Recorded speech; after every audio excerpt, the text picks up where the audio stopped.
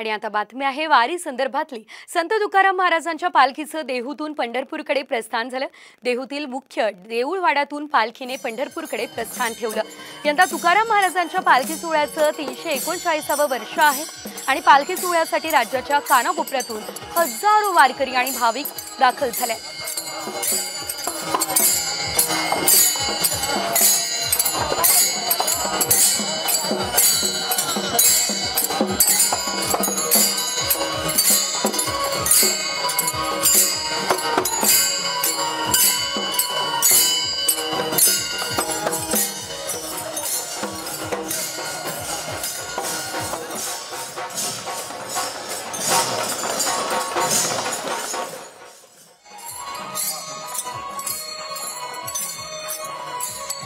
अतिशय सुंदर अशी दृश्य आपण बघतोय। तुकोबा आता विठ्ठलाच्या भेटीला निघालेले आहेत आणि त्या दरम्यानची ही ड्रोन दृश्य खास साम टीव्हीच्या प्रेक्षकांसाठी आहे।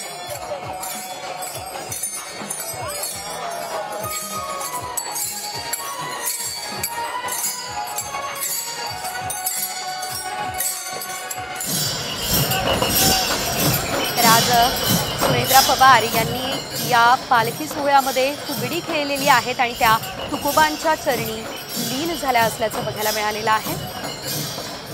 त्या दरम्यान त्यांनी आपण पाहू शकतो डोक्यावर तुळशी वृंदावन सुद्धा घेतलेला आहे आणि फुगडी खेळण्याचा आनंद देखील सुनेत्रा पवार यांनी लुटलेला आहे। सर्व वारकऱ्यांसोबत यावेळेस सुनेत्रा पवार यांनी हा आनंद लुटलाय।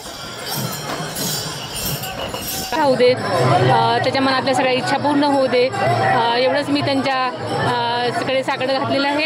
आणि हे जे प्रस्थान आता इथून निघणार आहे, ही सगळी वारी अतिशय सुखरूपपणे पार पाडू दे। माझ्या सगळ्या भक्तांना पांडुरंगाचं दर्शन अतिशय त्यांच्या मनाप्रमाणे चांगलं होऊ दे, एवढंच मी आज मागणं मागितलेलं आहे। तसं ते पालखी पुढे जाईल तसं तसं ते मला वाटतं त्यांचं ठरेल कधी राहतील ते उपस्थित।